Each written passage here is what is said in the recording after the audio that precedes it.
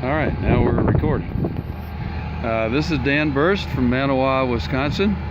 Jim Martindale here, shivering with the camera. It's not really shivering today. It's going to be an 80-degree day, right, Dan? Yep.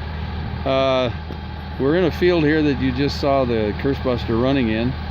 That was in cereal rye, winter rye cover, right? Yeah. Well, I combined the winter rye and then I took the straw off. Okay. Then applied 10,000 gallons of liquid manure surface applied. Now I'm putting in 50 pounds of forage peas, and then I've got about 120 pounds of a rye barley mix that I'm putting in. And I'll either take it for forage, but if I don't need it, it'll just be a cover crop for next year. The CurseBuster, if I understand what you've done, is kind of changed the way you feed your dairy cows, changed your cropping program and just your whole approach somewhat to nutrition in cattle. Well, I'm more for profitability. I don't care what milk production milk production is not a big thing where I'm trying for a 30,000 pound herd average. I'm just trying to be profitable. So I went to a cereal grain and I'm using that as my energy source. And then I'm selling the straw because we small square baled straw and we had people that I didn't have enough straw to sell. And then that gives me the options now of coming back in August and applying my manure when the manure guys ain't quite as busy, and then putting in a cover crop or double cropping. And last year I fed my peas and barley to my cows, and I didn't see no loss of production. Okay. Well, so what we're going to do here in a little bit, we're going to watch this work a little bit more in the field, is sort of see the kind of the here we are, the 22nd of August, and you're establishing something that you're planning on harvesting this fall. Is that correct?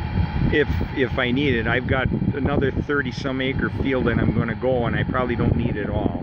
Okay. So, but what I'm doing is basically I'm pulling this 6200 IH press drill behind, and I'm putting my forage peas in there. And then if I had the option of going in my small grains or my in my small seed box, I could put crimson clover or do anything like that. And then in the Velmar air seeder, that I'm putting in my grains and I'm blowing them on in front of the CurseBuster. All right, we'll see if we can see. I may have caught some of that in that first video segment as you went by. So I remember you sent me some pictures a year ago of this same kind of mix that you did on a field day. That was held a little earlier, as I recall, maybe the first week and so in August. Yeah. And the picture you sent me of what had happened in the next 4 weeks were quite startling. It was just incredible the amount of growth that you had. Yeah, I had probably way over my knees. Actually, the peas were already flowering or blossoming already. And I took that in mid-October, maybe late October. Yeah. And it went through some frost and it didn't kill it. Not the first frost anyway. What are you seeing out here, Dan? You said something on the phone earlier this morning, coaxing me out here about the seagulls, which of course are still out here enjoying the fruit of your labors.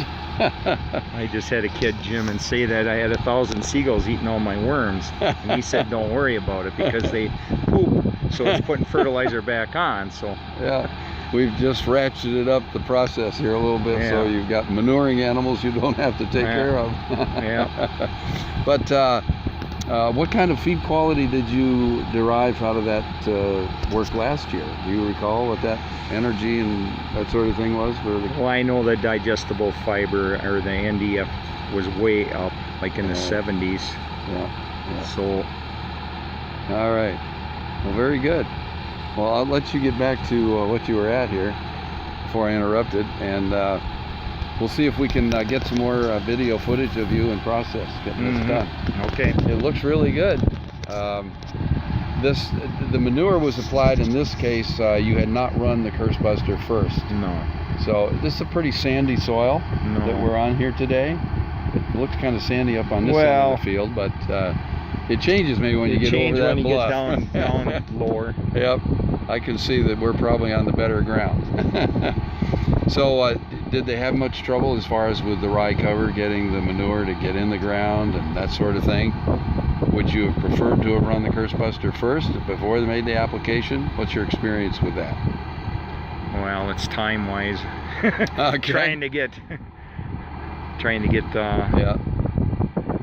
Last year during the field day, we ran the CurseBuster first and surface applied, and that was quite noticeably improved in terms of the amount of odor that was there. It disappeared very quickly, and of course the liquid went in the surface very quickly.